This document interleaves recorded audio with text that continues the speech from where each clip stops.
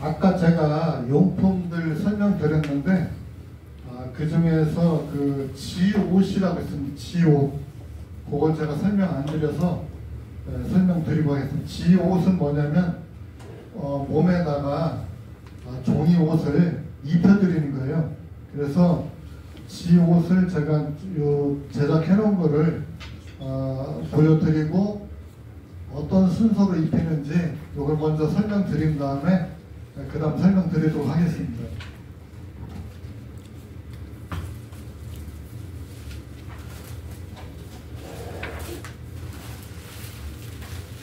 요거 이제 지옷을 제가 이렇게 지옷을 만들어 놨는데 요거를 한번 보여드리면서 그 다음에 제작하는 요령 어렵지 않아요. 그래서 설명드리겠습니다. 순서는 이런 식으로 나왔어요. 이게 아까 하대 하초 그러잖아요. 요 순서대로. 그러니까 먼저 고인을 모시고 하대부터 놓고 그 다음에 입혀드리는데 여기에 제가 이렇게 접었습니다. 이렇게.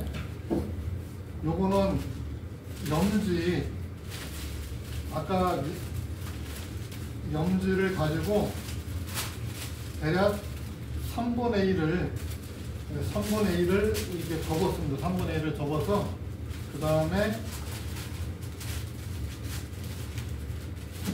옆으로 한 번 더 접고 비행기처럼 이렇게 접어서 이렇게 된 겁니다. 요거를 등바지라고 합니다. 등바지. 예, 등바지. 등에다가 입혀드리는데 이 지옷을 안 입히는 데도 있어요. 근데 입관하거나 이럴 때는 염습 입관할 때 실제 이걸 하면 보기도 좋고 좀 편리합니다. 그래서 이걸 지옷이라는데 이게 등바지, 어떤 데는 또 등판 그럽니다. 이런 모양으로. 근데 이 모양을 만드는 거는 똑같지 않을 수도 있어요. 그 사람마다, 그러니까 장례 지도사마다 조금씩 다를 수도 있는데 저는 일단 이렇게 만들어서 제작을 해서 사용합니다. 그런 다음에 또 이런 모양이 있어요. 요 모양, 요거는 어때요? 앞바지, 앞판결 해가지고 앞에 요것도 어떻게 하냐면 요 염지를 3분의 1 정도 접어서 여기를 가을 이렇게 오려서 모양을 낸 겁니다. 이렇게 똑같이 안 하는 분도 있어요. 요거를 앞바지, 앞판 이렇게 설명을 하고요. 그 다음에 순서가 처음에 하초 놓고 그 다음에 등바지 놓고 앞에 이렇게 올려드렸잖아요. 그런 다음에 어디에 이제 다리 쪽에 싸는 건데 그 다리 쪽에 싸는 거는 염지를 이 상태에서 한 5cm 정도 이렇게 접었어요. 요거는 이제 사람 키마다 다를 수도 있어요. 키가 크면 이걸 안 접을 수도 있고, 키가 작으면 여기를 더 접을 수도 있고, 그래서 이거는 보편적으로 이 정도 접어서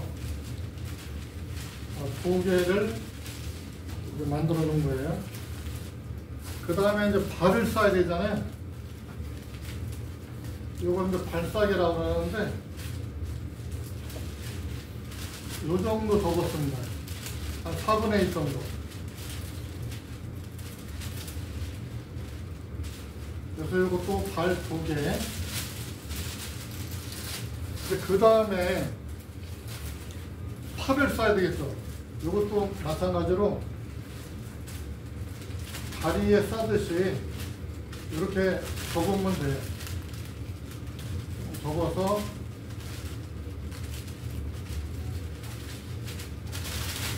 정리를 해놓은 다음에 실제 사용을 하는데 순서가 아까 제가 어떻게 했어요? 처음에 하초를 놓고 등바지를 놓고 그 다음에 앞바지 앞판 놓고 그 다음에 양쪽 다리 그 다음에 발 그리고 팔 이렇게 됩니다. 그러면 몸이 예쁘게, 본인의 몸이 예쁘게 싸져요. 실제 염지로.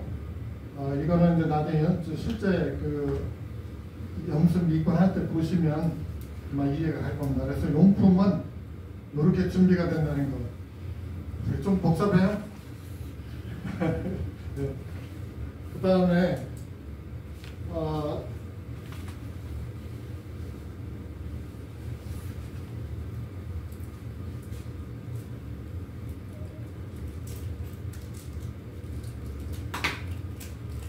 자, 여기 보시면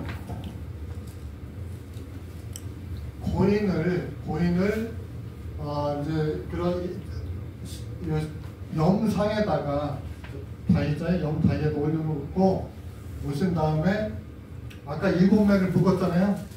7맥 묶는 목적이 숫이라고 하는데 장례장 가면은 뭐 7번 묶는 데도 있고 5번만 하는 데도 있고 또 안 묶는 데도 있어요. 그 숫의 목적은 몸을 가지런히 하는 목적으로 7번을 묶는데 관절을 묶는 거예요. 위에 4번, 다리 2번, 발 해서 7번. 근데 또 일부 지역에 가면 아예 안 하는 데도 있어요. 근데 어쨌든 묶었다 그러면 이거 다 이제 풀러서 시선판하고 분리가 돼야 되겠죠. 그러니까 목사님들이 제가 설명하면 머릿속에 이렇게 그림을 그려가면서 이렇게 들으시면 좀 이해가 빠를 겁니다. 그러고 나서 관절을 푸는데 관절을 푸는 목적이 뭐냐면 요 수의를 입힐 때 편하게 입혀 드리려고 관절을 푸는 거예요. 관절이 경직이 되면 수의를 입히기가 좀 힘들어요. 그래서 관절을 풀어 드리는데 우선 그 팔 쪽을 보면 이 중요한 게 뭐냐면 고인의 손을 여기를 잡고 풀면 놀래요. 왜냐면 이 근육을 풀어주는 거기 때문에 힘줄을 당겨서 내 손을 움켜쥘 수 있어요. 놀래기 때문에 여기를 잡으시면 안 되고 이 손목이나 이 손목을 잡고 하셔야 돼요. 손목을 잡아서 관절을 푸는데 이렇게 하면 되겠죠. 여기를 잡고 여기 잡으면 이 힘줄 때문에 놀린다 그랬죠. 여기 잡고서 관절을 이렇게 풀어줘요. 그래서 이거를 좀 편하게 대야 수의가 입히기 편해요. 근데 이제 어떤 분들은 할머니 할아버지 분들은 쉽게 풀어지는 분도 있는데 그렇지 않고 이제 젊은 분들은 이게 경직이 돼서 그런 분도 있는데 어쨌든 살살 해서 풀어줘야 돼요. 관절. 그래야 수의를 입힐 때 편하기 때문에. 목적은 그 수의 입히기에 편하도록 이렇게 풀어주시면 돼요. 그런 다음에 이제 가위를 가지고 이제 뭐 옷을 입고 있을 경우도 있잖아요. 대부분 옷을 입고 계시죠. 네, 그래서 뭐 환자복이든 아니면 일반 복장으로 하셨을 때 이제 옷을 이제 벗겨야 되는데 환자복을 병원에서 반납해달라면 가위로 자르면 안 되겠죠. 네, 자르면 안 되고 그냥 그 상태로 반납을 해야 되고 일반 평상복을 입었을 때는 옷 벗기가 좀 힘들 수 있어요. 그때는 이제 가위로 자르는데 이렇게 이게 몸 위로 뭐 가위나 이런 게 왔다 갔다 하면 안 되고 일단 옆에서 위에 이렇게 잘라서 그러면 옷 벗기가 좀 편합니다. 잘라서 그래서 여기 보면은 어쨌든 몸이 보이지 않도록 해서 하고 그 다음에 이 고인의 몸 위로 어떤 수의 부품이라든지 뭐 이런 또 가위라든지 이런 건데 넘어가지 않도록 밑으로 항상 이렇게 하시면 됩니다. 그 다음에 이제 그 간혹 이렇게 보시면 연세 많은 분들이 복수가 좀 있는 경우 있어요. 그러면 이제 복수가 뭐 링거를 많이 맞아서 그랬다는 어떤 연유를 해서 복수가 있으면 복수를 빼줘야 되겠죠. 복수를 빼는 방법이 이제 여러 가지 있는데 몸을 옆으로 기울여서 배를 좀 눌러주고 그 다음에 턱도 좀 들어주고 이렇게 만지면 어느 정도 되면 복수가 다 나옵니다. 그러고 나서 또 그래도 좀 더 흐르는 분들이 있는데 그때는 이제 코하고 입을 탈지면으로 막아서 흐르지 않도록 그 다음에 목에다가 뭐 약통을 넣는 경우도 있어요. 그리고 어떤 장례장은 아예 그 모시고 왔을 때 약통을 넣어서 막는 분들도 있던데 그거는 뭐 장례장마다 조금씩 다르니까요. 여기 제가 코와 귀를 막는다고 했는데 이건 이제 충이라고 하는데 이거는 지금은 생략하는 그런 분들도 많이 있어요. 우리가 그 전통 그 상장에 박철수 감독이 만든 영화를 보시면 학생 부분 신이라는 영화가 있는데 그 장면에 보면 코하고 귀를 막는 장면들도 있어요. 근데 이거는 흐르지 않는다 그러면 지금은 이제 생략하는 분들도 많이 있습니다. 그러고 나서 아까 이제 탈지면으로 몸을 닦아야 되잖아요. 그 탈지면 어떤 걸 쓴다고요? 절단. 예, 유절, 절단 냉고로 해서 알코올 솜으로 해서 닦으면 됩니다. 닦아서 이게 이제 보통 발부터 하부터 닦아서 올라가는데 유교는 반대라고 그러고 도교는 뭐 그러는데 어쨌든 보편적인 방법은 일단 다리부터 닦아서 올라갑니다. 근데 여기서 이제 주의할 점은 보통 사수 이제 보조는 사수가 한 템포만 늦춰서 이렇게 하시면 돼요. 그러니까 사수가 하는 대로 보고 붙일거 같이 하시면 돼요. 제가 전에 한번 어떤 목사님이 그 가족분이 돌아가셔서 저하고 같이 하면 어떠냐 해서 제가 이제 사수를 하고 그 목사님이 실제 이제 보조를 하셨어요. 그래서 이제 그때 한 템포만 늦춰서 그렇게 했습니다. 여러분 이제 가끔 보면 이제 그 등에 욕창이 있는 분들이 있어요. 욕창이 좀 있는 분들은 그냥 이게 닦으면 좀 그러니까 탁탁 그 솜으로 두들겨서 이런 방법으로 이렇게 하시면 돼요.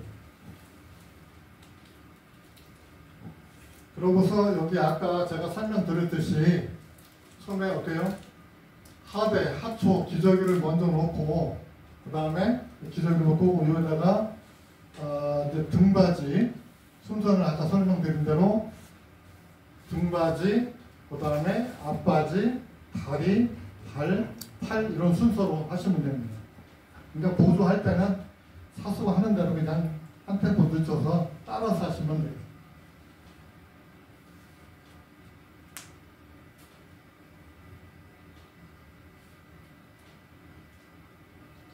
그러고 이제 그 지옷을 다 입혔으면 어디부터 하냐면 버선부터 신겨요.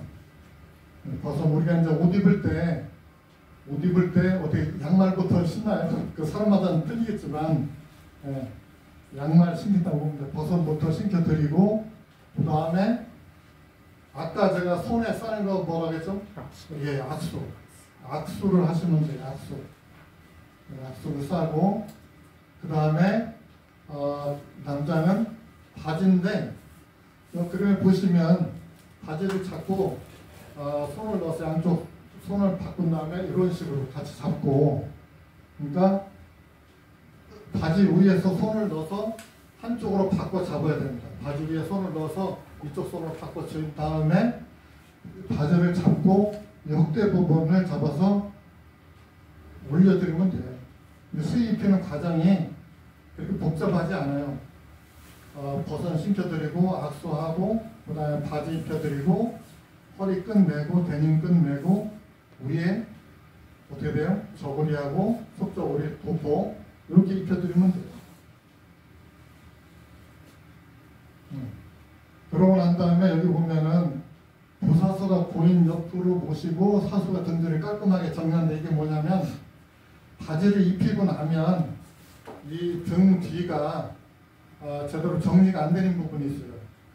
예전 제가 2006년도에 시험 보러 갔더니 시험 감독관이 바지를 입히라고 하더니 등 뒤를 정리를 안 하는 사람은 감점을 줬어요.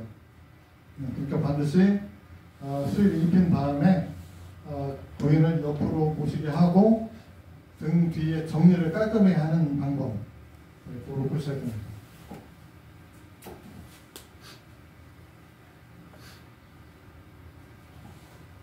그러고 나서 이제 허리띠를 매야 되잖아요. 여기 허리띠 매고 그 다음에 이제 그 데님 끈을 매야 되는데 바지에 데님 끈 요거는 그 데님 끈 맬 때 주의할 점이 뭐냐면 바지 끝이 우리 발에 복숭아뼈 아시죠? 바지 끝이 복숭아뼈 위치로 오도록 해야 돼요. 바지 끝이 복숭아뼈 위치에 오도록 하고 그 다음에 데님을 매요. 그래서 여기 이제 수의 입힐 때 중요한 포인트를 제가 이 설명드리고 나서 정리를 해놨는데 그 중요한 포인트들 한 10가지 정도 있어요. 그렇게 하시고 순서만 아시면 수의 입히는 것도 어렵지 않아요. 그리고 실제 제가 이제 그동안에 그 염습 및 입관을 해보면 이제 저희 친구들이 부모님이 돌아가셨는데 의뢰가 오는 경우가 있겠죠. 가서 직접 이렇게 염을 해드렸더니 굉장히 고마워해요. 그리고 모임에 가면은 저는 잊었는데 그 친구는 계속 얘기를 해요. 뭐냐면 우리 아버지를 이렇게 모셔줬다고 굉장히 고마워합니다. 그래서 목사님들도 이게 큰 어려운 게 아니기 때문에 어차피 혼자는 못하지만 두 분이 예를 들어서 집사님을 하시든 어떤 분들은 사모님하고 하는 분도 있어요. 하시면 아마 성도들이 굉장히 고마워 굉장히 기억을 오래 할 겁니다. 원장님, 예. 기독교에서는 그 세마포를 입힌다고 그랬잖아요. 예. 그런데 세마포를 입히기 전에 그렇게 옷을 입히고 나서 세마포를 입히는 건가요? 아닙니다. 그 지금 회사에서는 네. 그 세마포를 준비하는 모양인데 지옷을 입히고 네. 그 다음에 입혀드릴 겁니다. 그래서 제가 그 세마포 그 샘플을 말씀드렸더니 아직 그 저한테 도착을 안 해서 일반 수의 입히는 거를 설명드렸는데 비슷할 겁니다. 그러니까 선배 수의가 아니고 세마포로 지난번에 문 대표님 그렇게 말씀하셨잖아요. 그러니까 기본 지옷까지는 입히고 네. 그 선배 대신 세마포를 입는 그렇게 되죠. 네. 예. 그러니까 순서라든가 기본은 아마 비슷할 겁니다.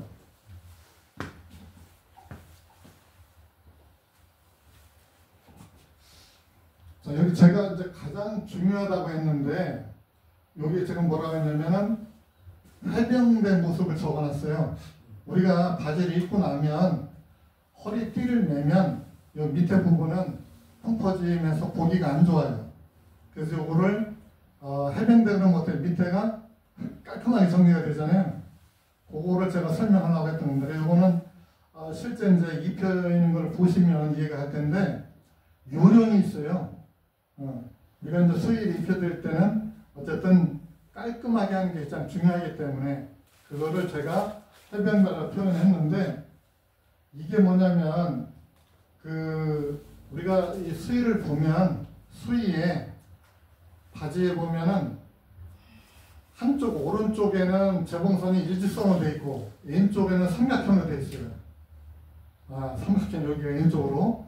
그래서 수의 방향은 이 오른쪽은 재봉선이 일직선 된 쪽이 오른쪽이고 이쪽은 삼각형. 요 기준점을 잡아서 요걸 잡아서 오른쪽으로 접어서 하는 요령이 있어요. 그거는 나중에 어쨌든 그 세마포로 오든 뭐 거기 보시면 그렇게 제작이 돼 있으면 좋고 안 돼 있으면 그 방향은 안 따지셔도 돼요. 그래서 그런 그 요령을 제가 설명드렸고요. 그 다음에는 이 수의를 입힐 때 이제 두 분이 입히잖아요. 그러면 거울처럼 이렇게 하셔야 돼요. 그게 뭐냐면 대칭이 되도록. 대칭이. 그게 뭐냐면 이제 그 세마포를 입혀드릴 때 이제 고인을 이쪽에 상이니까 넓은 좀 머리 쪽으로 오고 고인을 모셔놓으면 입힐 때 이렇게 이제 고인이 계시면 여기는 오른쪽이니까 제가 사수고 이쪽은 부사수예요. 그러면 제가 이렇게 섰을 때 고인은 여기 누워 있었는데 고인 머리가 이쪽이잖아요. 그럼 저는 왼쪽이 고인의 머리 쪽이죠. 그러면 부사수는 반대쪽은 어떻게 돼? 그렇죠. 오른쪽이 되겠죠. 항상 머리 찍은 손이 먼저 들어가야 돼요. 옷에. 옷을 입힐 때 먼저 머리 쪽에 있는 손이 먼저 들어가야 돼요. 그래서 실제 이제 수의를 제가 보고 설명드리면 더 이해가 빠르실 텐데, 이 옷을 입힐 때 제가 한번 양복으로 한번 해보겠습니다. 여기 보면 어쨌든 수의잖아요. 이렇게. 그러면 고인을 입힐 때 여기서 이 머리니까 여기를 먼저 넣어서 이렇게 빼서. 근데 이쪽은 어때요? 반대쪽은 반대가 돼요. 그러니까 항상 사수 부사수가 대칭이 되도록, 그게 가장 기본이에요. 어떻게 좀 이해되시죠?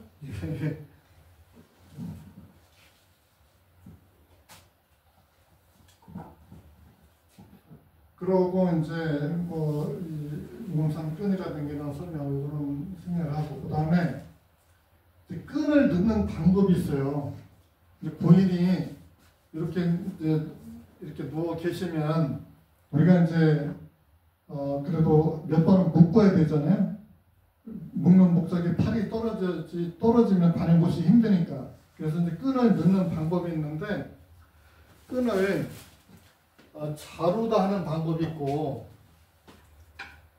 이렇게 이제 여기 끈을 하나 제가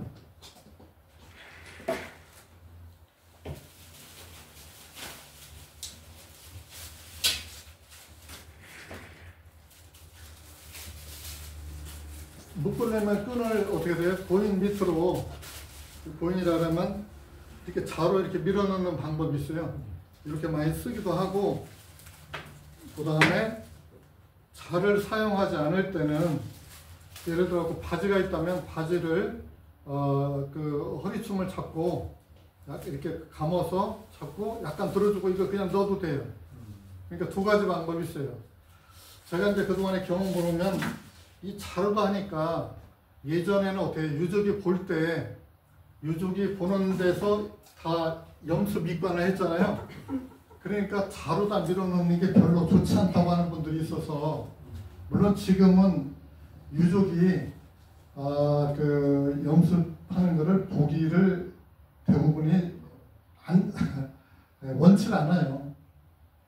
왜냐하면 그런 모습들이 계속 살아오면서 남는다고. 그러니까 지금 어떠냐면 유족이 안 보는 데서 이렇게 수의를 다 입혀드리고 마지막에 얼굴만 보고 인사 올리잖아요.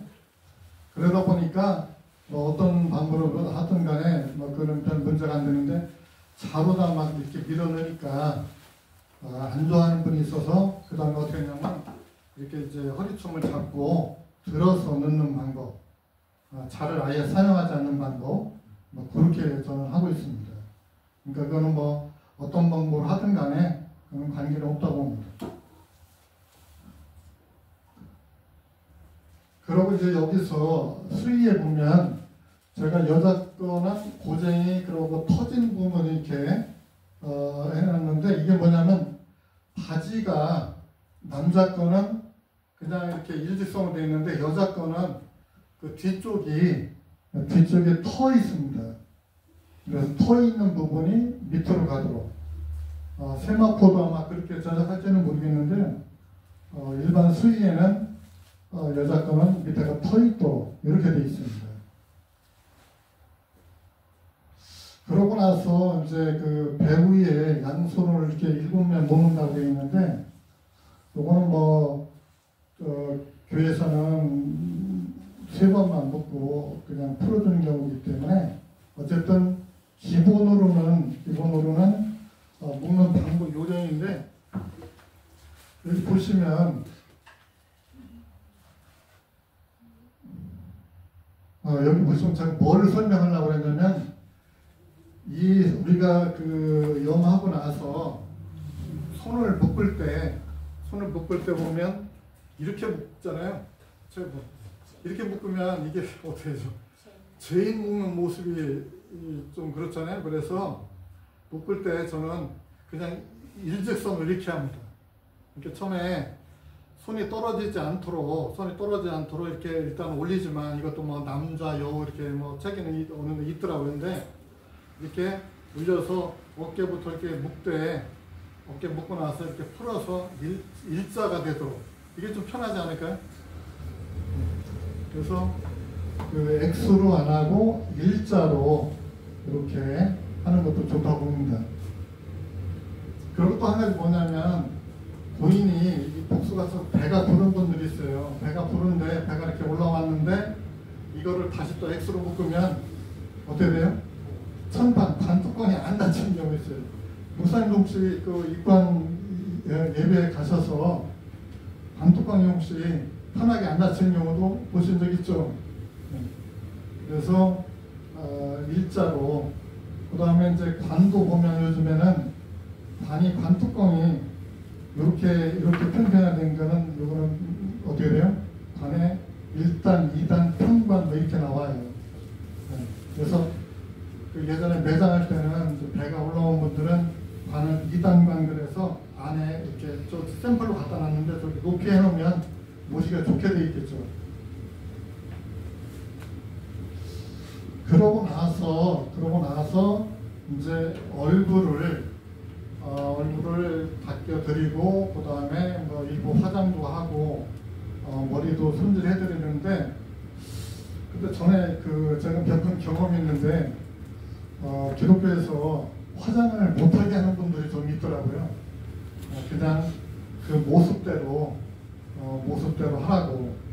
그래서 지금 메이크업을 서울의 일부 장례장에서는 옵션으로 하는 데가 있어요. 유족이 원하면 얼굴 화장을 해드리고, 지금은 얼마인지 모르겠는데 예전에 30만 원씩 이렇게 받는다고 서울 아산병원에 한다는 거를 제가 들었어요. 그래서 지방은 그 메이크업을 해서 돈을 따로 받지는 않지만, 먼저 저는 여쭤봅니다. 그래서 얼굴에 화장을 좀 해드릴까요? 그러면 파운데이션이라든가 좀 뭐 이렇게 좀 얼굴이 편하게 보이도록 그렇게 해드려요.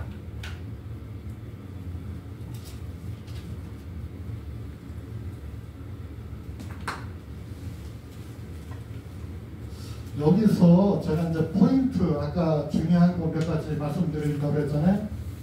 요건 이제 숙제를 하셔서 보면 뭐냐면, 고인을 옆으로 모시는 방법이 있어요. 요령이. 모시는 요령.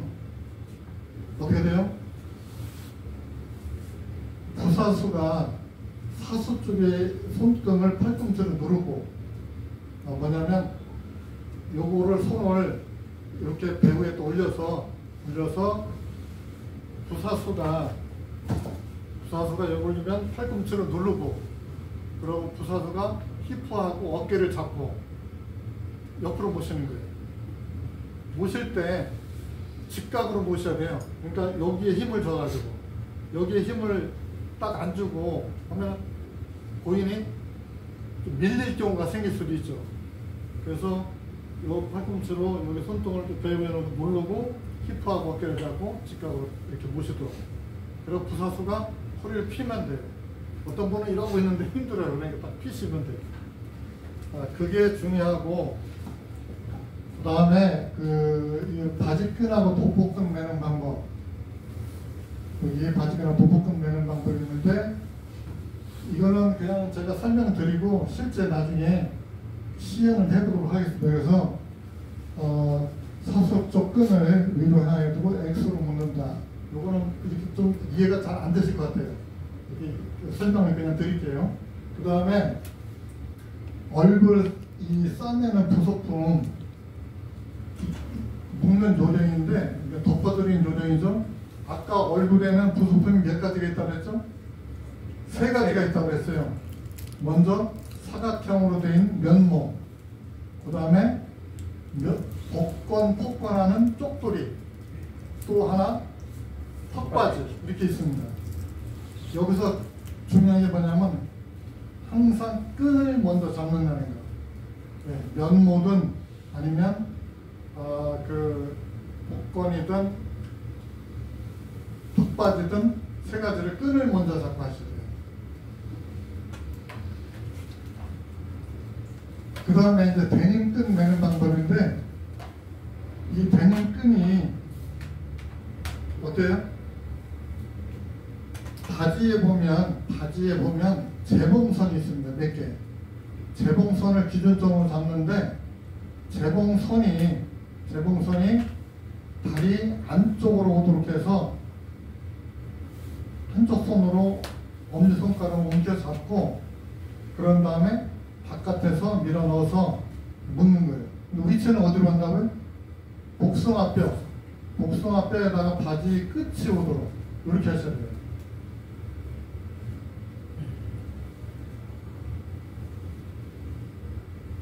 그 다음에 이제 악수 써매는 방법, 제가 설명 아까 드렸잖아요.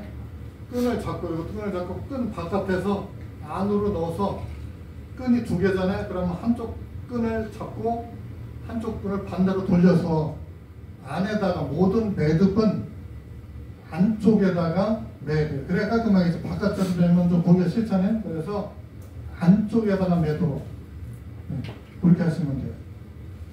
그리고 끈을 안쪽에서 매서 놓는데, 이제 그 끈 끝쪽이 머리 쪽이 향하지 않고 밑으로 향하도록 그렇게 하시면 돼요. 어떻게 상상이 되시나요? 네. 그 다음에 이제 상의 입히는 방법을 제가 설명했는데, 요게 옷 입힐 때 네 가지 방법이 있어요. 물론 뭐 더 있을 수도 있는데, 네 가지 방법이 어떻게 있냐면은, 옷을 입힐 때 고인을 보면 밑에서 옷 입히는 방법이 있고, 밑에서 또 다른 방법은 옆에서 입히는 방법이 있어요. 고인을 옆으로 보신 다음에 수의를 끝을 말아서 옆에다 넣어서 고인을 다시 무시는 방법. 이건 어떠냐면 체격이 큰 경우에 유리해요. 아주 큰 경우는 아니고, 체격이 큰 경우는 밑에서 올리려고 하면, 체격이 크면 밑에서 올리려면 좀 힘들어요. 그러니까 체격이 작은 분들은 그냥 밑에서 좀 올려도 되고, 좀 크다고 생각되면 옆에서 하시면 돼요. 그 다음에 또 어떤 방법은, 아주 크면 시상판을, 제가 이걸 시상판이라고 할게요. 시상판이라고 하고, 요 밑에다가 받침대를 놓고, 받침대가 있어요. 나무로 된 것도 있고 철제로 된 거 받침대가 있고, 고인은 요 시상판이니까 고인은 요 위에 계시겠죠. 요 밑에다가 수의를 깔아 놓는 거예요. 깔아 놓고, 밑에다 수의를 깔아 놓고 양쪽에서 입히면 편해요. 왜냐하면 요게 저 고인이 밑에 받침판에 또 있으니까 옷이 여기서 왔다 갔다 할 수 있잖아요. 그러고 나서 나중에 시상판을 빼주면 돼요. 이때는 체격이 아주 클 때는 굉장히 편하게 할 수 있어요.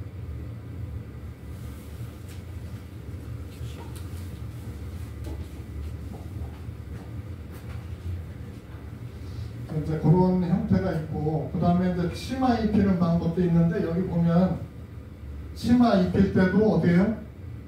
세 가지. 밑에서 그대로 올리는 방법, 위에서 치마를, 그러니까 이렇게 밑에서 치마를 입혀드리는 방법이 있어요. 그럼 이거는 어떻게 돼요? 입힐 때 사수 부사 쪽에 길이가 좀 달라지게 그런 방법이 있고, 또 한 가지는 위에서 고인이 이렇게 계시면 위에다가 수의를 가운데 놓고 여기서 고인을 옆으로 모셔서 여기서 수화를 밀어넣고 그 다음에 당겨서 덮는 방법. 요거는 고인의 체격에 따라서 거기서 맞춰서 하시면 돼요.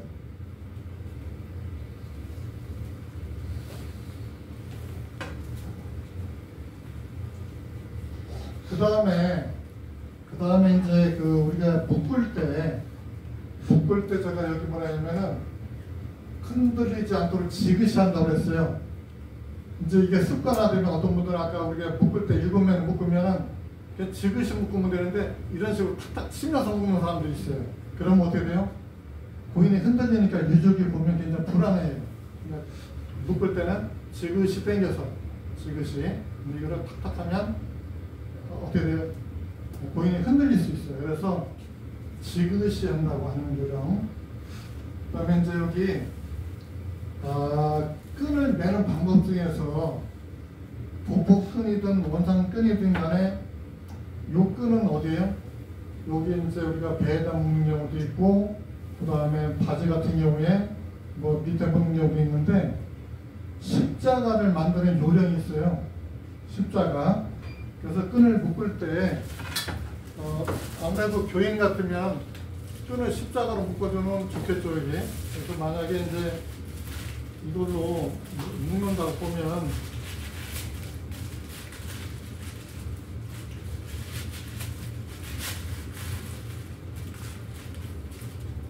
이 끈을 제가 이제 위에 밑에를 설명드린 게 뭐냐면 이렇게 묶어놓으면 이게 머리 쪽으로 하면 이건 머리 쪽을 향하겠죠. 이건 밑에 향하잖아요. 십자가를 만들면 밑에 거로 묶어줘야 돼. 이렇게 밑에 거로. 요거는 실제 이제 입혀드리는 그 나중에 그 수위가 내려오면 그걸 가지고 한번 시연을 해드릴 테니까요. 아무래도 교인들은 십자가를 만들어주면 좀 좋아하겠죠.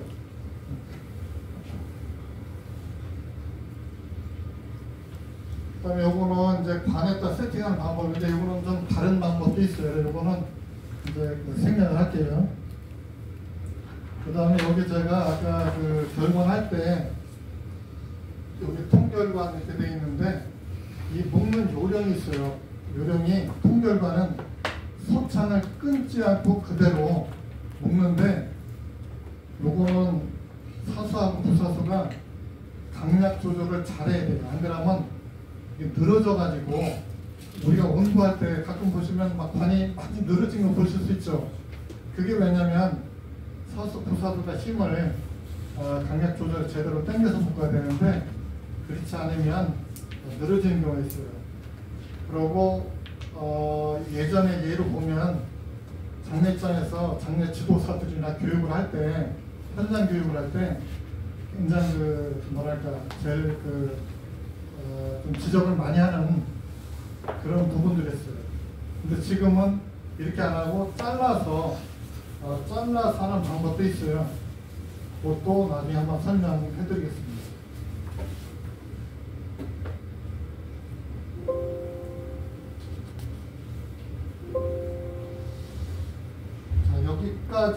여기까지 아마 다 끝난 것 같은데 이제 이 실제 우리가 모실 때는 요즘에 어떻게 관에다가 장식을 하는 거 보셨죠? 관에다가 뭐 꽃장부터 하셨는데 국가에서는 그걸 하지 말라고 돼 있어요. 그랬는데 이제 좀 아무래도 예쁘니까 장식을 해드리는데 이제 저는 저희 직원들하고는 어떻게 해드리냐면 이렇게 꽃을 이게 저희 직원이 만들었어요. 손재주가 아주 좋아요. 제가 작년에 일본의 장례 박람회를 갔더니 거기 그 한 분이 그 대표이사가 자기 그 건물에 이런 전시 그러니까 여러 가지 용품들을 갖다 놓고 전시를 했는데 관에다가 이렇게 종이로 만들어 가지고 해놨더라고요. 그래서 좀 기발하다. 어차피 생화는 못 넣게 하니까 이거를 만들었는데 저희 직원들이 아주 재주가 좋아가지고 이렇게 만든 거 제가 샘플로 가져와 봤습니다. 요거를 관에다가 이제 염지로 가지고 염지꽃을 만든 다음에 여기다가 이 장식을 하는 거예요. 예전에는 어떻게 했어요? 관 위에도 장식을 했잖아요. 화장장에서 이제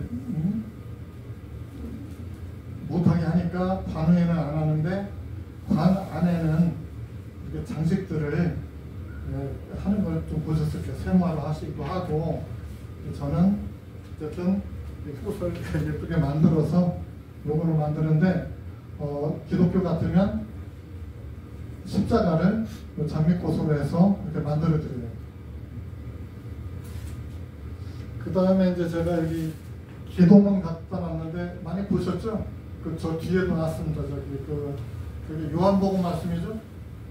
요한 다의 목자신이 이렇게 해가지고 요걸로 해서 그 관에 모시고 덮어드립니다. 그러니까 오늘 강의를 정리를 해보면 염습입관에서 용품 제작하는 요령, 그 다음에 입히는 순서, 그 다음에 또 뭐 있어요? 포인트 제가 말씀드렸어요. 근데 이렇게 이제 상상을 해보시면 우리가 수의 입힐 때 그다지 어렵지 않죠. 먼저 고인 모셔서 얘를 갖추고 팔 풀어드리고 그 다음에 몸 닦여드리고, 그거는 부사수는 사수하는 대로 한 템포만 늦추면 돼요. 이렇게 드리고 먼저 버선 신켜드리고 악수,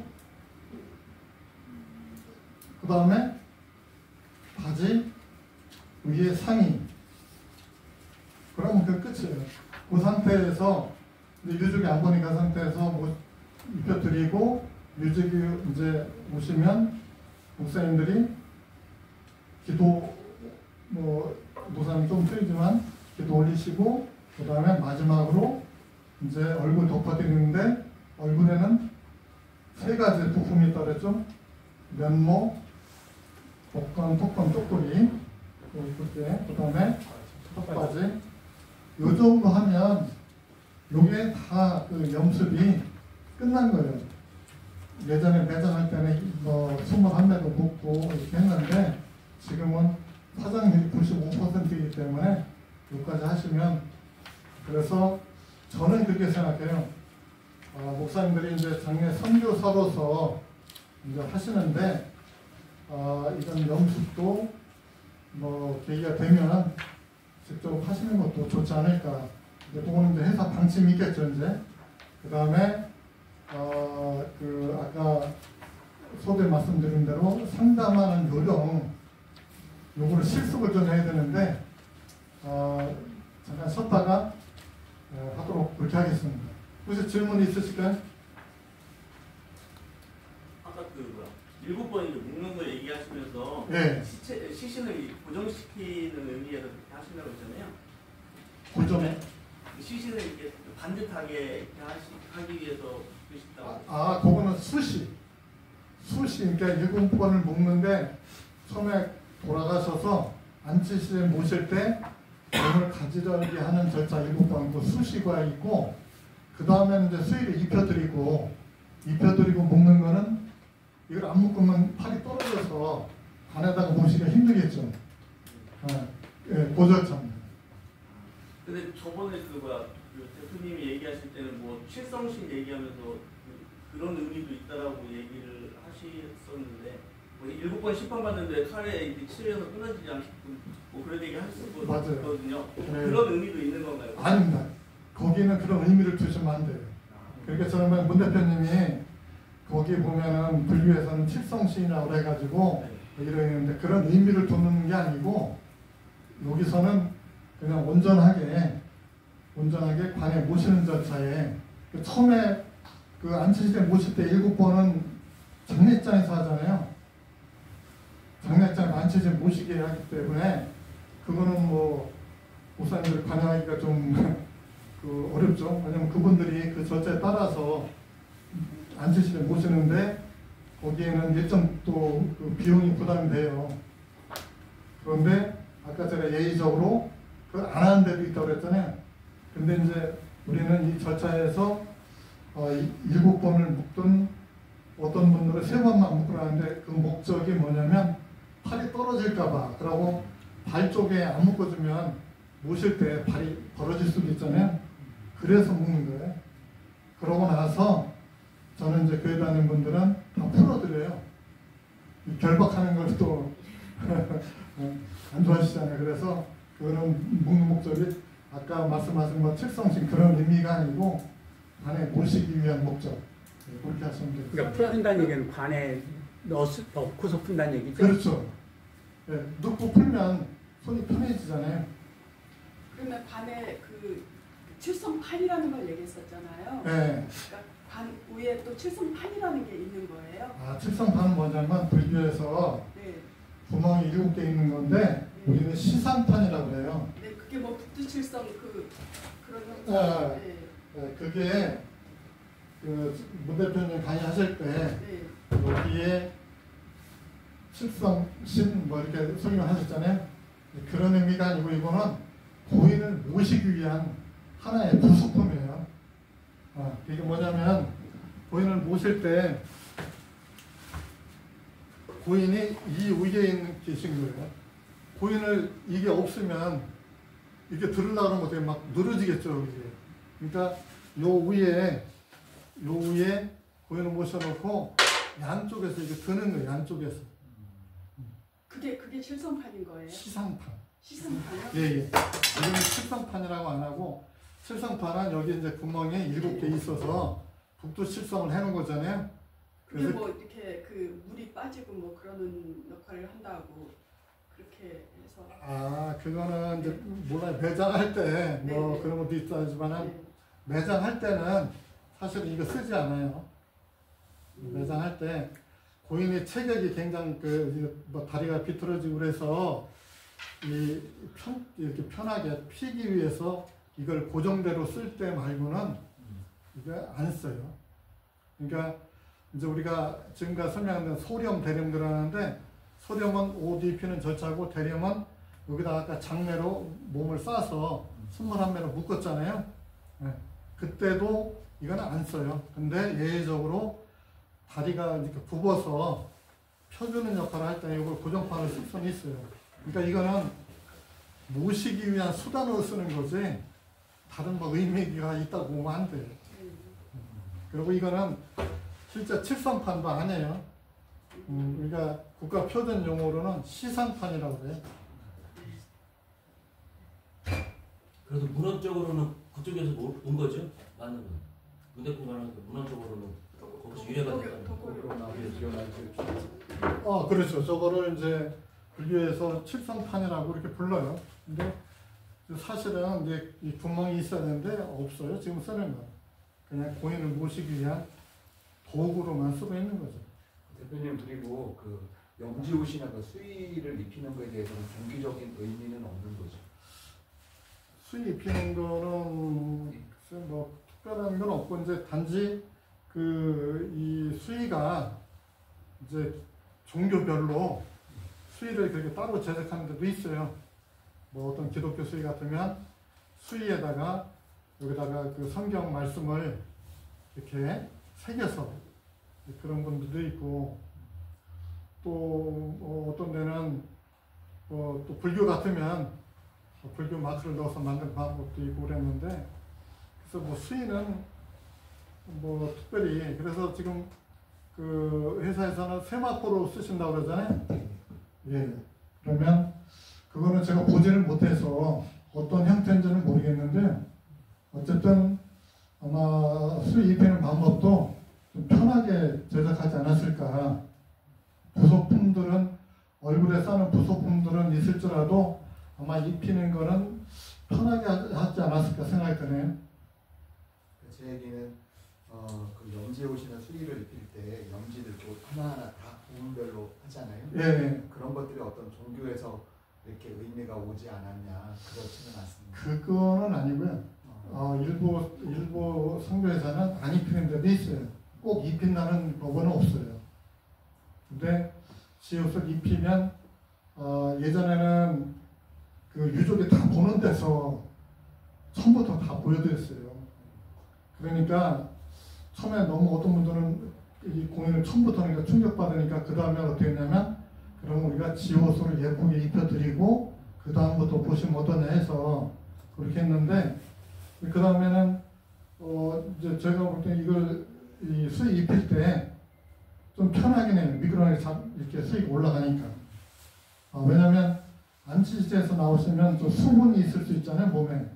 그래서 이렇게 올릴 때 좀 힘이 드는데, 염지 옷을 입히면 좀 편하게 입힐 수 있는데, 그게 어떤 뭐 종교적인 의미는 없어요. 근데 꼭 지옷으로 안 입혀도 뭐 문제는 없습니다.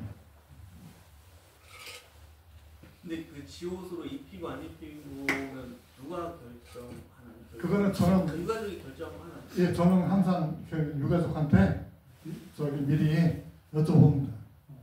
지옷을 이런 방법이 있는데 지옷을 입혀드리고 그 다음에 수의를 입혀드릴까요? 아니면 그럼 물어요. 차이가 뭐냐고. 뭐 차이 다른 거 특별한 의미가 없으니까요. 근데 제가 뭐 이게 맞는지는 모르겠는데 그 지옷을 왜 입힐까 생각을 해봤어요. 아까 이제 그런 그 아까 설명드린 대로 좀 뭐 이렇게 그 전에 유족이 볼 때 좀 예쁘게 보이려고 하는 방법도 있지만 예전에 천주교에서 제사 문제 때 박해를 많이 받았잖아요. 천주교인들은 다 숨어서 살았잖아요. 그래서 수의 살 돈이 없어서 이렇게 염지를 해서 염지만 입혀서 장사를 치른 거 아닌가 그 생각을 해봐요. 그렇게. 왜냐면 예전에 그 제사 문제 때문에 박해를 많이 받았잖아요. 그러니까 다 숨어서 살다가 천주교는 지금도 어떻게 돼요? 연령이나 위령이 들어오고 있었잖아요. 저는 본대표님 설명하셨죠. 천주교는 지금 우리나라에 전래된 지가 240년 됐는데 예전부터 교우가 돌아가시면 성도가 돌아가시면 그 교인들이 장사를 다 치러줬어요. 지금도 천주교에는 연령의 위령이라는 조직이 있어가지고 이렇게 그 주관자는 주임 신부님이지만 이런 절차에 대해서는 이 위령이나 연령의 단체에 위임을 해가지고 단체장들이 하고 있어요. 그래서 제가 그 생각을 해봤어요. 예전에 그런 거 아닌가. 물론 이거는 뭐 제 생각이지. 그거가 뭐 맞다 안 맞다는 그 떠나서 제 생각으로 해봅니다.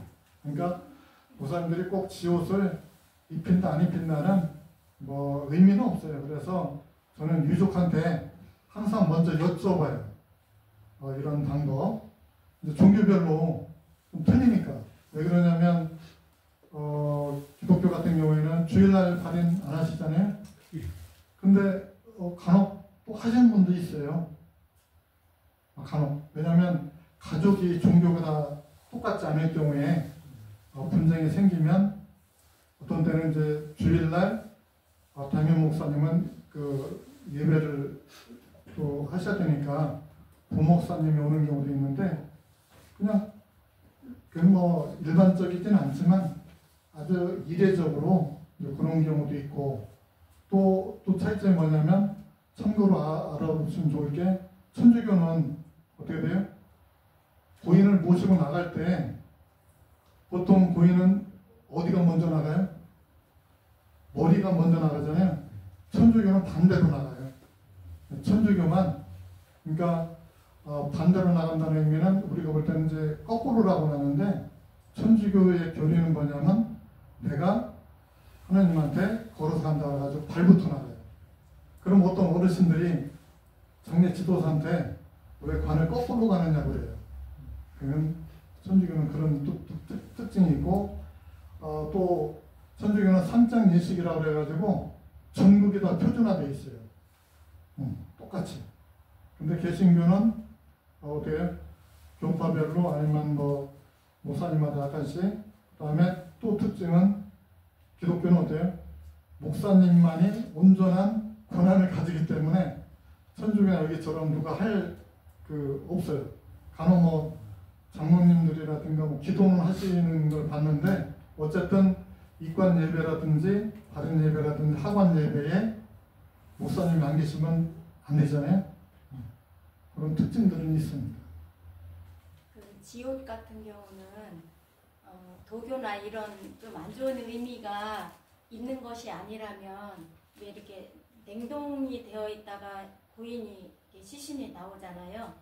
그거를 그냥 천옷을 입힌다면 이게 좀 녹으면서 얼룩이 계속 질 것 같아요. 그러니까 이제 지옷으로 이렇게 큰 나쁜 의미가 없으면 지옷으로 이제 습을 이렇게 자기가 이제 빨아들이는 거죠. 그럼 이제 겉에 세마포에도 얼룩이 지지 않고 위생상 문제로도 하면은 좀 괜찮을 것 같아요. 예, 좋은 말씀입니다. 거기 왜냐면 가끔 어떤 분들이 있냐면 그 병원에 오래 계셔가지고 수액이 다 몸에 흡수가 안 되고 이제 몸에 여기 이제 조금씩 그 좀 뭐랄까 좀 이렇게 좀 그런 부분도 있고 그 다음에 이제 냉장은 아닌데 안치실에 계시면 그 안에가 습이 좀 있어요. 그게 지난번에 좀 말씀드렸죠. 1도에서 5도 사이 보통 3도씩 해놨던데 습이 좀 있어서 이렇게 모셔보면 몸에 좀 습이 있어요. 그래서 여기를 염지로 싸주면 위생에도 좋을 것 같아요. 그렇죠. 그리고 이런데 막 이제 수분이 많아서 수액이 있으면 이제 터지면 좀 그렇잖아요. 그때 싸주면 편하죠. 편하고 또 위생상도 좋고 그다음에 또 많이 이렇게 터진 거는 탈취면으로 싸주는 경우도 있어요. 그래서 그거를 뭐 지옷을 입혀야 된다, 앞해야 된다 그거를 제가 그 종교마다 어떻게 뭐 이렇게 말씀드리긴 어려운데 이제 그거는 나중에 이제 그 회사에서 어떤 기준을 정해 주시겠죠. 근데 어쨌든 말씀하신 대로 위생상이라든지 입힐 때 뭐 좋은 방법이 될 수 있어요. 대표님 저기 그 수의를 대체 다 했지만 고인이 평상시에 또 입었던 옷 내지는 이제 뭐 양복의 정장이라든지 여자분은 또 정장 있지 않습니까? 그렇게 입혀서 또 할 수도 있지 않겠습니까? 있습니다. 그러면 이제 유족이나 보는 사람도 정말 주무시는 것처럼 느껴지고 그렇게 우리 또 간혹 우리 기독교에서 그렇게 또 하기도 하거든요. 그 말씀 잘하셨는데 저도 그런 경험 몇 번 있습니다. 네. 한번 제가 충주를 갔는데 그분이 장로님이셨어요. 근데 가족이 뭐라고 했냐면 우리 아버지는 양복으로 하겠다고. 그래서 양복으로 입혀드리고 누워 계신데 그야말로 주무시는 모습 같아요. 깔끔하고 양복으로. 그러니까 와이셔츠 다 입혀드리고 넥타이 매고 그 다음에 양복 다 입혀드리고 팔에 손에는 제가 흰 장갑을 이제 이렇게 끼워드리고 그 대신 이제 구두는 못 넣죠. 구두는 이제 화장하면 아무래도 화학 제품이기 때문에 안 좋잖아요. 근데 굉장히 보기가 좋더라고요.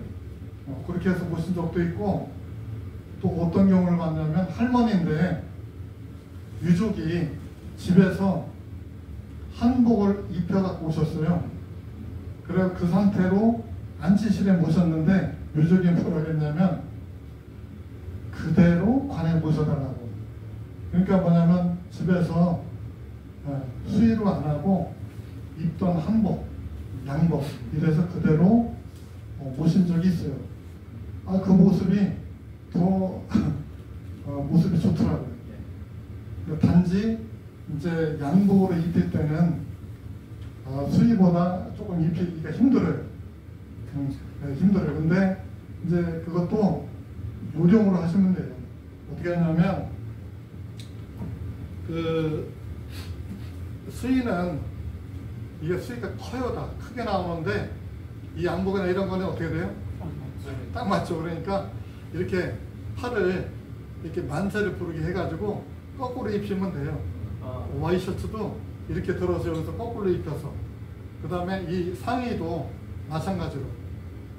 그것만 그것만 주의하시면 돼요. 그래서 근데 만약에 이렇게 이제 좀 옷이 너무 딱 맞아서 위에서 이렇게 입히기 힘들다고 그러면 어떻게 돼요? 네, 옆에를 좀 아니면 저는 등은 안 보이니까 등을 잘라서 등을 잘라서 앞에서 입혀드리는 거죠. 그렇죠. 이렇게 우리가 간혹 보면 병원에서 환자복을 그렇게 입혀놓은 병원이 있어요. 환자복을 위에서 이렇게 입혀가지고 그러면 양복이 모습이 좀 편한데 이제 제가 이제 준비는 뭘 하라냐면 이제 입혀서 오시는 분들은 거의 드무니까 양모가 가주면 양말하고 속옷하고 준비해달라고 그럼 그렇게 해가지고 하면은 사실 저희 입장에서는 편하죠. 굉장히 편해요. 그 수의를 준비하신 분들 있잖아요. 네. 그분들은 어떻게? 그러니까 이제 우리가 컨설팅 할 때 이제 그 부분이 이제 논란이 많이 되는데 제가 지난번에 뭐라고 말씀드렸냐면 우리가 이제 컨설팅에서 이 상품 설명을 하는데 유족이 수의 준비했는데 얼마 공제해 줍니까 물어요. 그럼 어떻게 하겠죠? 바로 설명하시면 안 되고 다 설명하고 제가 설명드리겠습니다. 이렇게 하셔야 돼요. 수의를 준비해 놓으면 회사마다 기준들이 틀리는데 보상해주는 품목이나 금액이 별로 안 돼요. 그 얘기는 뭐냐면 수의 가격이 높지 않다는 얘기예요. 어떤 상조에서 보면 수의 준비 고객은 도우미 한 명, 몇 배 한 필, 어떤 데는 지금은 없었지만 그나마 제한구매회가 그나마 잘해줬어요. 수의해 놓으신 고객은 리무진 아니면 버스 대체해드립니다.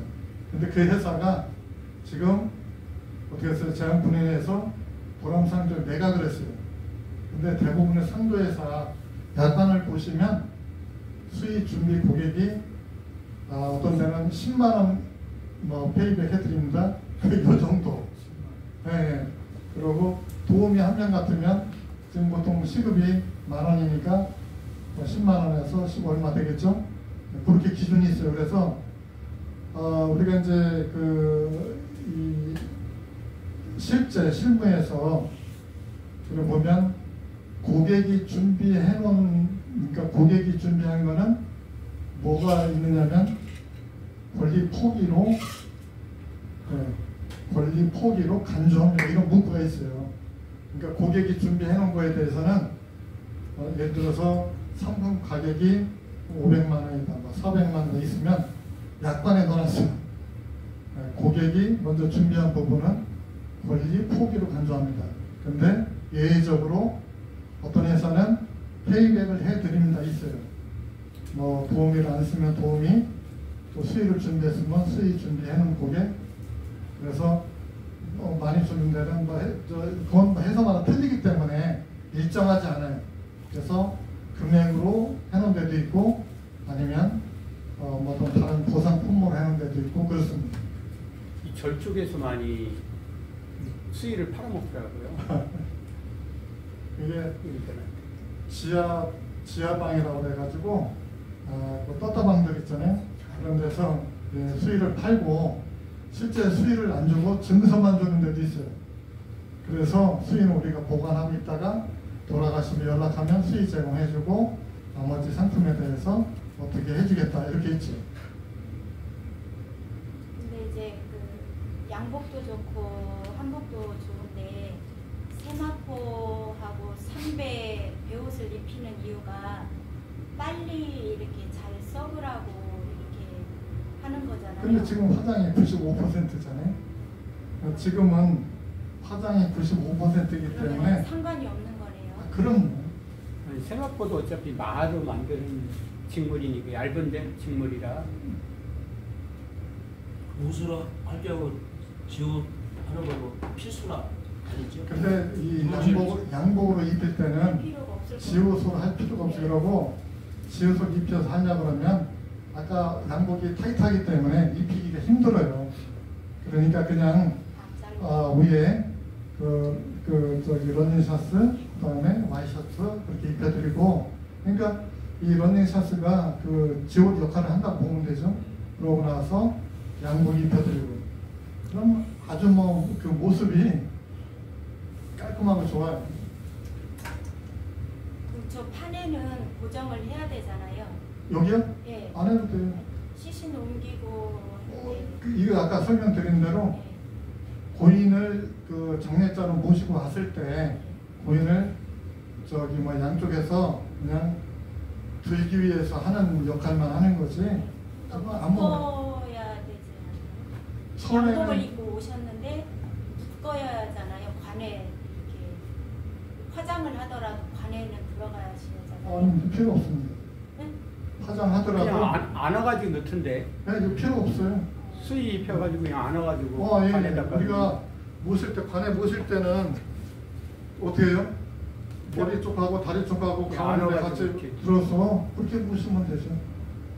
그러니까 이거 자체가 시상판에 필요 없는 거예요. 이거는 초기 단계에 문구에서 와서 장례장 안치실에 모실 때 그러고 그러고 우리가 염을 하기 위해서 염상에 올릴 때 하기 위해서 필요한 거지. 그냥 들려면 늘어지니까 힘들잖아요. 여러 사람이 들어야 되고. 그런 거니까 저거는 우리는 염할 때는 필요 없어요. 그리고 그 소독하고 씻을 때 네. 그거 조금 어때요? 아, 그 이제 몸을 닦일 때 사실 닦인다는 의미보다도 흉내내는 정도밖에 안 돼요. 왜 그러냐면 일부 장례장 가보면 옛날 시설에 욕조가 있는 데가 있어요. 욕조가. 그런데 옛날에 그렇게 했나 봐요. 욕조에다가. 그러면 그 쉽지 않잖아요. 굉장히 힘들죠. 근데 지금은 어떠냐면 이 탈지면에 알코올을 묻혀서 닦아 올라가는데 우리가 닦듯이 그렇게 뭐 이렇게 목욕할 때처럼 그렇게 닦는 게 아니에요. 이게 닦는 건 아는데 네. 그거를 덮어놓고 닦아야 아니면 어떻게 덮어놓고 하죠. 아까 제가 수십 호 있잖아요. 몸이 안 보이게 위에다가 흰 그 수십호를 덮어놓고 그래서 사수부사수가 양쪽으로 아까처럼 히프를 잡고 옆으로 들어주고 등 닦일 때는 그렇게 되잖아요. 그리고 다리나 팔 닦일 때 이렇게 안 보이게 해서 닦고 가고 그런 요령이 있어요. 그리고 뒤에 이제 하대 하주 기저귀 세울 때도 그 요령들이 있어요. 몸이 일단은 안 드러나게 그렇게 해야 되죠.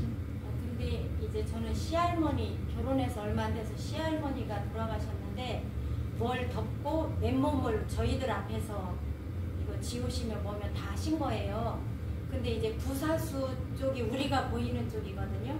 근데 이렇게 돌리고 이거 할 때 이분의 손이 자리가 있잖아요. 그러니까 이 사이로 이게 할머니가 보이니까 제가 속이 상하더라고요. 그래서 나도 죽으면 누군가 저렇게 속살을 보겠다 제가 그 생각을 했는데 지금은 이제 얼굴만 내놓고 이렇게 하잖아요. 지옥까지 다 입히시고 오잖아요. 저는 이걸 입히고 나왔으면 좋겠어요.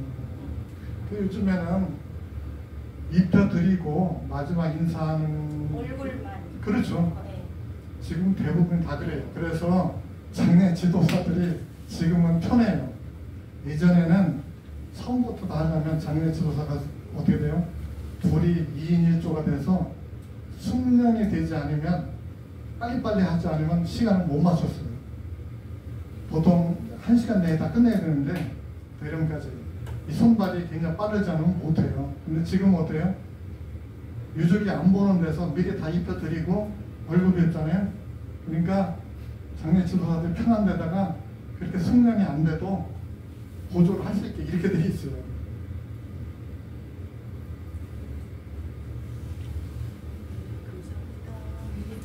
그러면 장례 지도사가 하는 이 염습이랑 그런 걸 다 해요 지금.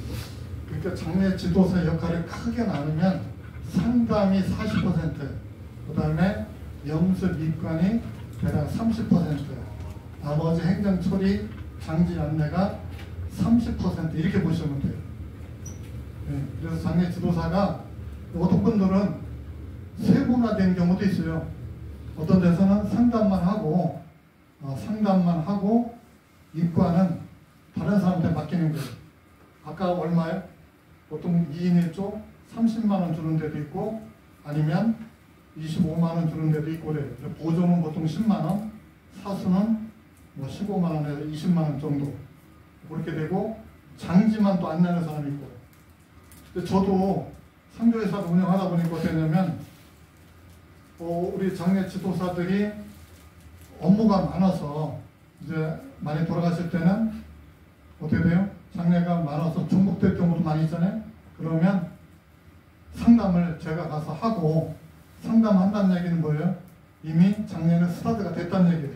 그럼 이튿날은 입관은 다른 사람이 가서 하는 거예요.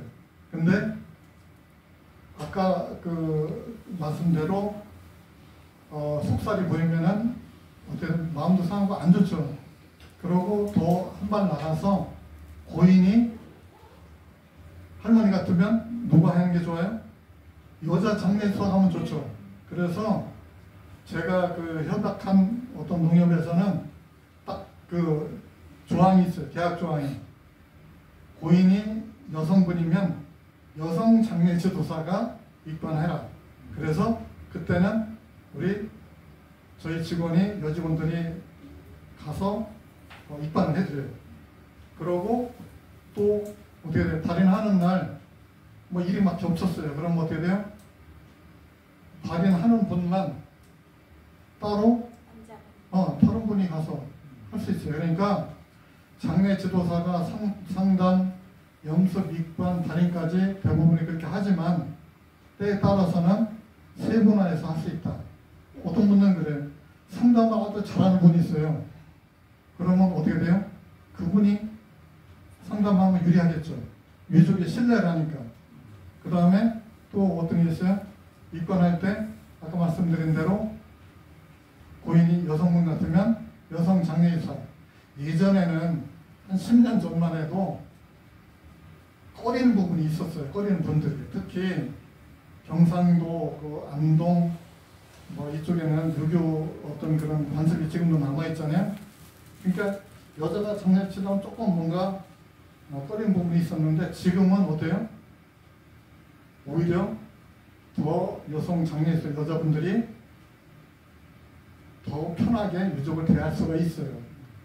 예를 들어서 입관실에서 막 유족이 슬퍼서 오는데 남자 장례수사가 여성분 손을 잡아주고 위로한다고 하면 어떻게 되겠어요? 그 생각하기 나름인데 그분이 기분 나빴어요. 근데 여성 장례주사가 손을 잡아주고 위로를 해주면 더 위안이 될 수도 있잖아요. 그래서 그거를 제가 이제 쭉 생각을 해봤는데 제 생각만 가지고 되는 게 아니고 제가 논문을 봤어요. 어떤 분이 여성 장례지도사에 대한 논문을 썼는데 제가 그 책에도 넣어드렸죠. 여성 장례지도사의 장점이라든지 뭐 이런 것들을 거기다가 써놨는데 좀 공감을 해요. 그러니까 앞으로 목사님들이 운영하시면서 어떤 부분은 뭐 강점이 될 수 있는 부분도 있고 어떤 부분은 조금 뭐 염수비관도 좀 많이 좀 해보셔야 되잖아요. 근데 제가 지금까지 경험은 한 3번만 하면 다 하더라고요. 대부분이. 다른 분들은 한 번 보고 나서 바로 하는 분이 있어요. 제가 지금 저희 회사에 여성 장례조사가 몇 분이 있는데 그분들이 다 저한테 교육을 받고 실제 업무를 수행하는 분들이에요. 근데 그분들은 어떻게 했냐면 저한테 교육을 받고 아니면 받기 전에 벌써 장례 현장에 가서 상담부터 염습, 입관부터 발인까지 해서 경제적 활동을 하고 있어요. 그래서 제가 쭉 이렇게 연구를 해봤는데 어쨌든 이거는 의지가 중요해요. 그러고 나면 제가 말씀드린 그런 포인트를 제대로 숙지를 하면 업무를 수행하는 데 큰 애로가 없어요. 그 여직원은 제가 강의했던 거, 제가 설명했던 거, 연습하라는 거 그대로 했습니다. 지금도 그대로 해요. 그러니까 아무런 오류가 없어요. 지름길을 가는데 가서 뭐 다른 사람 얘기 듣고 뭘 하고서 뭐를 변형을 시키면 제가 20년 동안 다 경험했던 거를 지름길로 가도록 안내를 했는데 그렇게 하면 아무 이상 없이 할 수 있어요. 목사님들 다 할 수 있어요. 그 마네킹이나 인형 같은 거 있으면 연습을 좀. 제일 좋은 거는 서로 해줘요? 예, 그럼요. 직접 하시는 게 제일 좋아요. 왜 그러냐면 무게감을 마네킹은 무게감을 못 느끼니까 직접. 그리고 어떤 분들은 저한테 수의를 하나 좀 산다고 해가지고 가져가서 입에는 요령은 똑같으니까 아니면 뭐 치마 저고리 아니면 있잖아요. 그 양복 가지고 한복 가지고 해보시면 돼요. 그래야 무게감을 느낄 수 있고 실제 저도 실습을 할 때 그렇게도 해요. 직접 한 분이 모델로 누우시고 그 다음에 그런 그 절차대로 왜냐면 마네킹 가벼우니까 왜 그러냐면 우리가 입힐 때 어떤 부분이냐면 허리 쪽에서 옷이 안 올라가는 경우 있어요. 이렇게 눌려가지고. 근데 마네킹은 그런 걸 못 느끼잖아요. 그러고 이제 예전에 저희들이 배울 때는 이런 기반들이 없어서 굉장히 어렵게 배웠어요. 근데 지금은 어쨌든 국가에서 이런 교육원을 인가를 내서 교육원에서 교육을 받고 가기 때문에 쉽게 좀 배울 수도 있고 또 예전에는 사실 모멸감도 많이 느꼈어요. 그렇게 또 만들어요. 왜냐하면 직접 고인을 모신 상태에서 교육을 해야 되고 훈련을 해야 되기 때문에 그렇잖아요. 그리고 작년엔 한번 우리가 돌이킬 수가 없잖아요. 그래서 제가 지난번에 뭐 말씀드렸어요? 즉실천 말씀드렸잖아요. 한 번씩 돌이말할 수 좀 없으니까 어쨌든 그래서 지금까지 제가 설명드린 거를 보면 이게 어렵지 않다는 거. 근데 지금은 목사님들께 들어오면 용어도 그렇고 여러 가지가 조금은 생소하지만 그래도 많이 보셨잖아요. 성도들 장례 모시고 많이 보셨기 때문에 아마 이 과정이 끝나면 업무 수행하는데 애로사항이 없지 않을까. 그리고 또 하시다가 이런 부분들을 좀 더 좀 보완을 한다든지 필요한 부분이 있으면 말씀해 주시면 제가 다 설명드리겠습니다. 지금 제가 볼 때는 목사님들 초기 단계에 중요한 게 컨설팅 하는 게 제일 중요할 것 같아요. 컨설팅 하는 거. 그래서 그것도 좀 분담을 하시는 게 어떤가. 어떤 분담이냐면 화장 예약할 때 처음에 막 초동 조치하고 그냥 바쁜데 화장 예약해놓고 이렇게 출동하려면 시간이 좀 걸릴 수도 있잖아요. 그 화장 예약을 뭐 부부 목사님 같으면은 누가 한 분이 해드리고 아니면 또 뭐 집사님 계시면 집사님한테 부탁을 해도 되고 이렇게 해서 하시면 왜냐면 화장 예약이 돼야만 그 다음에 장례 절차가 원활하게 되잖아요. 하시면 돼요. 그리고 한 가지 어려운 성도들이 장례가 났을 때 예. 장례 주사를 자격증을 가지면 장례를 치를 수 있잖아요. 예. 그럴 때 용품들을 어떻게 구입할 수 있는 방법이 또 따로 있나요? 있습니다. 용품을 원가로 저렴하게 구입할 수 있도록 저한테 말씀해 주시면 제가 거래처에 그렇게 해드려요. 왜냐면 어려운 성도들이 있는데 그거를 다 소매가로 하면 가격이 어때요? 비싸죠. 그러니까 관 같은 경우도 제일 크게 돈이 드는 관하고 수의잖아요. 그러면 어려운 성도들은 그러면 수의를 안 하시고 평소에 입던 평상복 가져오시라고 해서 관하고 나머지는 뭐 부속품들이 있지만 별로 금액이 얼마 안 돼요. 이거 일단은 소창 묶는 끈이 있어야지 관보는 있어야 되잖아요. 그 다음에 뭐 아까 염지 있었잖아요. 그러면 이제 용품은 직접 만들든가 안 되면 도매로 사서 이렇게 하시면 되죠. 그러고 이제 화장장으로 이동할 때 차량이 필요하잖아요. 그것도 가격이 도매가하고 소매가가 달라요. 그러니까 뭐 자격증이 상주회사처럼 이렇게 사업자 번호가 있어서 하는 거하고 그 장례지도사는 사업자 등록번호가 없잖아요. 그러니까 이제 사업자 등록증을 내고 하는 방법이 있고 아니면 이제 원래 이 업종이 그 현금 영수증을 100% 발행하도록 돼 있어요. 아니면 그분이 요구하면 사업자 있는 분한테 부탁을 해서 끊어드리면 되죠. 이제 계속 이게 이제 예를 들어서 장례가 목사님들 하시면서 안 하시면 그때는 사업자 내고 신고를 해야죠. 근데 사업자 낼 때 꼭 이런 뭐 사무실 크게 낼 필요 없어요. 뭐 집 주소로 내도 되고 그거는 뭐 전혀 관계 없으니까 신고만 하면 되니까요. 그 아까 저기 수의를 양복으로 입었는데 매장으로 가도 뭐 도에서나 어디서 이렇게 간섭은 안 하나요? 컴플레인 매장할 때는 이제 아무래도 화학 섬유니까 네. 좋지는 않겠죠. 매장을 한다고 하면. 그러니까 이제 외부에서 압력은 없나요? 그런 건 없죠. 그런 건 없어요. 네, 그런 건 없고. 근데 이제 썩지를 잘 안 하니까. 근데 뭐 그래도 이런 요즘에는 다 나이롱 제품이 아니잖아요. 이런 저기 그 양복이 요즘은 뭐 나이롱 제품 무슨 예전에 나이롱 문화가 됐을 때는 예전에 왜 그 중국에서 수입해다가 이 수의라고 했는데 파멸을 해보니까 그물처럼 막 엉켜있고 안 썩었잖아요. 그거는 예전에 아주 나이롱 문화였고 지금은 뭐 나이롱 제품 쓰지 않잖아요. 대부분 면 아니면 고급 뭐 캐시미어 뭐 여러 가지 있으니까 면 같은 거는 썩죠. 그래서 수의도 면 수도 있어요. 그러면 면으로 이렇게 하시는 분도 있고 근데 대부분 이제 뭐 좀 고급을 한다면 대마 또 점화 이런 마종으로 쓰죠. 근데 수익값이 지금 듣기로는 얼마 안 하는 것 같은데요. 네, 맞습니다. 네, 그러면 이제 수의를 좀 권하는 것도 괜찮아요. 그럼요.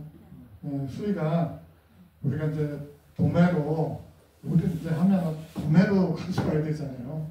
소매로 사서 쓸 수는 없잖아요. 대부분이 이제 패키지로 묶여 있기 때문에 그래서 도매로 갔다 하면 지금 제가 가격은 말씀 못 드리지만 그게 높지 않아요.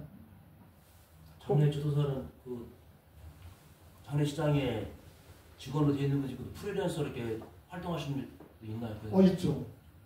프리랜서. 네, 프리랜서도 있어요. 개인일하고 또 그 리스트에 전화 받으면 가서. 그럼요. 그렇게 되죠. 왜냐면 내가 다른 일을 하고 있는데 내가 아시는 분이 누가 돌아가셨어요? 그러면 가서 내가 장례 모셔드릴게. 할 수 있어요. 제법 그런 분들이 있어요. 그러면 그 장례시장에 하시는 분이 있는데 그러면 유족이 해달라 해서 가서 사례는 어떻게? 법적으로는 막지 못하게 돼 있고 용품이라든가 이런 것들은 법적으로 막지 못하게 돼 있고 그 다음에 이제 만약에 목사님이 누가 돌아간 내가 연락 받았어. 내가 염을 하기가 좀 그래. 내가 시간적으로나 좀 뭐 그러면 염하는 분을 아까 말씀드린 대로 30만 원만 주면 고맙다고 오죠. 그러니까 보편적으로 보조하는 분들은 10만 원 정도. 이게 20년 전하고 똑같아요. 10만 원 정도고 이제 사수는 아무래도 먼저 니드를 해야 되니까 이분은 조금 더 주는 거죠. 15만 원 정도 아니면 20만 원. 그래서 30만 원 주면 굉장히 고마워하죠. 그래서 일부 장례장 시골에는 이 장례 모신 분 건수가 많지 않으니까 고용을 안 하고 장례에서 고용을 안 하고 프리랜서 불러서 하는 데도 있어요. 그런 데만 계약해서 전담을 하는 분도 있고 그 다음에 이 대전이든 충청권에 아까 제가 설명드렸죠. 그냥 염습만 가서 해주는 분이 있어요. 오히려 그분들은 더 마음이 편하게 수입이 좋을 수도 있어요. 하루에 한 번만 모시는 게 아니라 거래처 많이 확보하면 2번, 3번 모시면 만약에 사수로 가면 15만 원씩 받으면 3번 가면 하루에 45만 원이에요. 그러면 이제 그것도 많이 돌아가실 때 아니면 내가 많이 나한테 의뢰고 들어올 때는 그렇게 할 수 있죠. 근데 아니면 오전, 오후 한두 번씩만 오전에 한 번, 오후에 한 번. 왜냐면 시내에서만 한 날은 보장이 없고 거리 먼데도 할 수 있잖아요. 그렇게 하면 되죠. 그리고 거기에다가 혹시 사례비가 나오면 어떻게 사수로 15만 원씩 2번에서 30만 원에 사례비가 예를 들어서 뭐 재수가 좋아서 2번 다 나와서 10만 원씩 20만 원 받았다면 어떻게 돼요? 하루에 한번 4, 50만 원의 수입이 될 수도 있는 거죠. 그러니까 겸업 아니면 프리랜서 다 가능해요.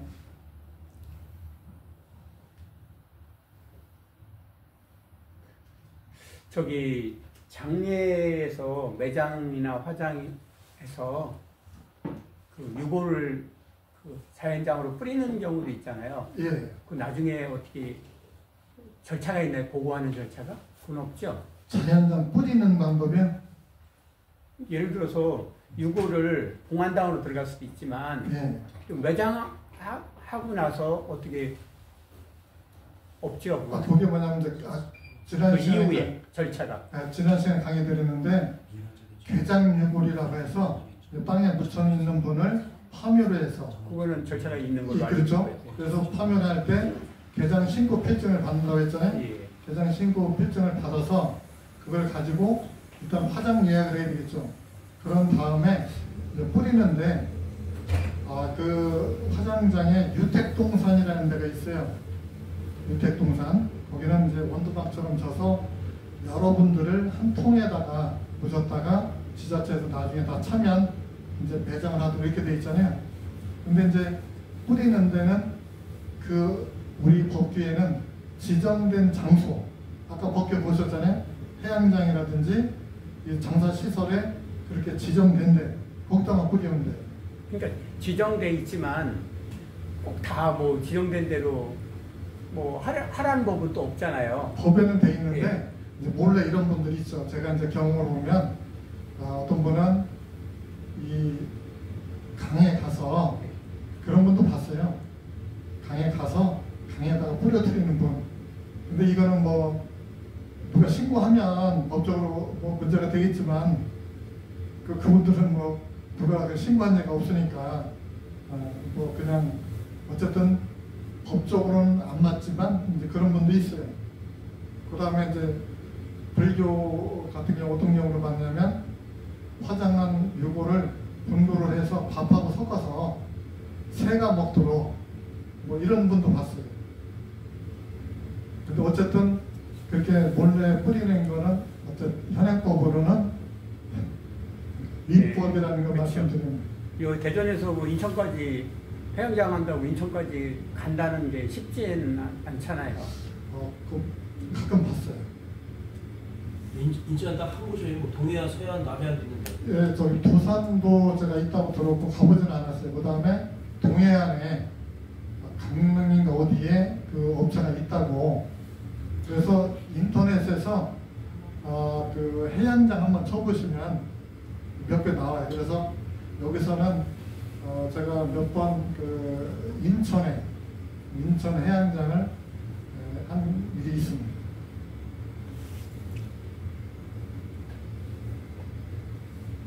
또 뭐 있으실까요?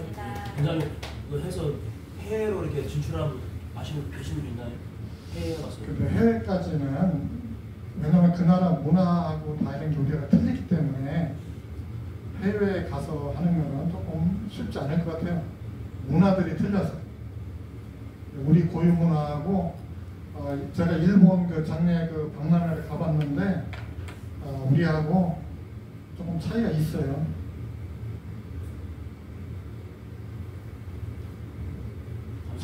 질문 없으시면 오늘 여기까지 마치겠습니다.